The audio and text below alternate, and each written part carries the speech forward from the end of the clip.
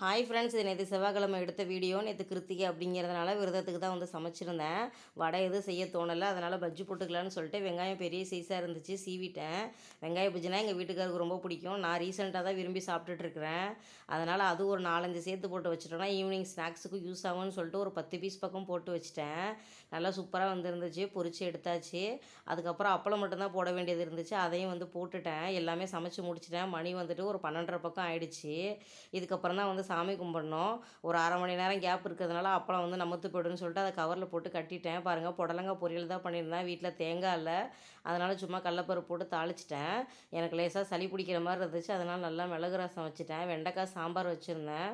2 நேரத்துக்கு வர மாதிரி சேர்த்து வச்சிட்டோம்னா நைட்டுக்கும் யூஸ் பண்ணிக்கலாம். அதுக்கப்புறம் வெங்காய பஜ்ஜி போட்டுட்டு வெங்காய போண்டா மாதிரி ஒரு 4-5 வந்து போட்டிருந்தேன். அப்பளத்தை கவரில் கட்டி வச்சுட்டேன். சாப்பாடு வந்து ப்ரெஷர் இறங்கிட்டு இருக்குது. ஒரு 1:30 மணி போல் விரதம் விட்டாச்சு. சூப்பராக சாப்பிட்டு முடிச்சாச்சு. பிடிச்சிருந்தா லைக் பண்ணுங்கள்.